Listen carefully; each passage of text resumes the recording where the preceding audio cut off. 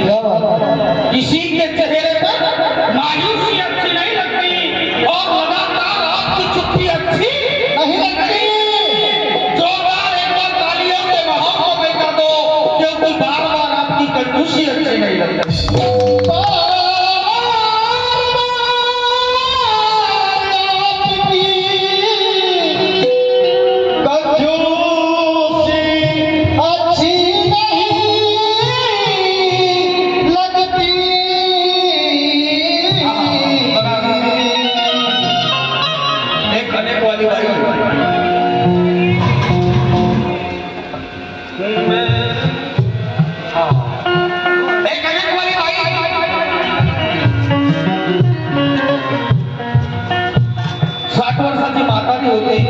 जिचं नाव होतं चंद्रभागाबाई श्रीरंगे।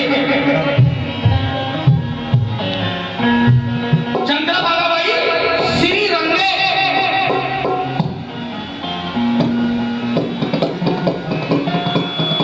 अनेकांमध्ये होती, बाबाची सेविका नव्हती।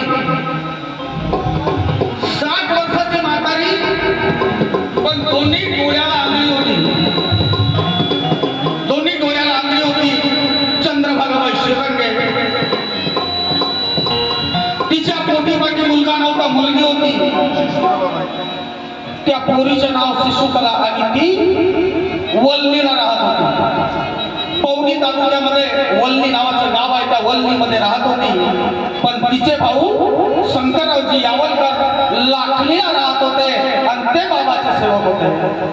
शंकररावजी यावलकर तेव्हा कोणाचा तरी सहारा घेऊन आपल्या भावाच्या भेटीला चंद्रभागाबाई श्रीरंगे लाखणीला यायची। अनेक वाली बाई, मार्गातली बाई नाही, तिचे दोन्ही डोळ्याला आंधळी होते, 60 वर्षाची म्हातारी। आणि म्हणून बघा, नाम बाबा का हरि लबों पे आ गया।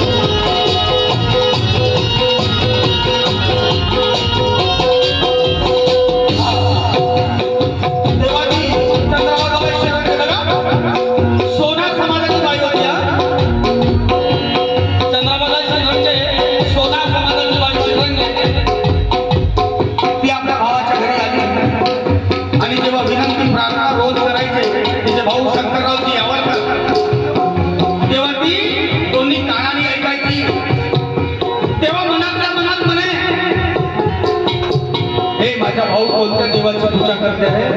जर आज माझे डोळे असते, मला दोन्ही डोळ्यांनी जर दिसले असते, तर बाबा जोमदेवजी आणि बाबा हनुमानजी कोण आहे हे मी डोळ्यांनी पाहू शकली असती. पण मला दिसत नाही. तिने आपल्या मनामध्ये गाठ बांधली बघा आणि घरी गेली. थोडा आपल्या मुलीच्या गावी गेली आणि गावी गेल्याच्या नंतर ती सकाळ संध्याकाळ भगवान बाबा हनुमान जी को प्रणाम आणि मानते की बाबा जोमदेव जी को प्रणाम, बस एवढंच म्हणायचं.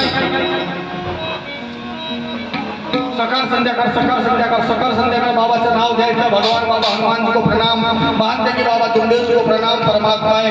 ती जशी जशी प्रणाम करायला लागली, चंद्रबाबा भागवत श्रीरंगे ती जशी जशी प्रणाम करायला लागली, दिवस चालले 8 दिवस 10 दिवस 15 दिवस हळूहळू तिच्या डोळ्याला दिसायला लागलं.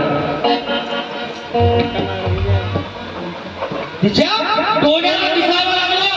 तिथं अनेकांची बाई होती, तिथं मार्गातली बाई नव्हती.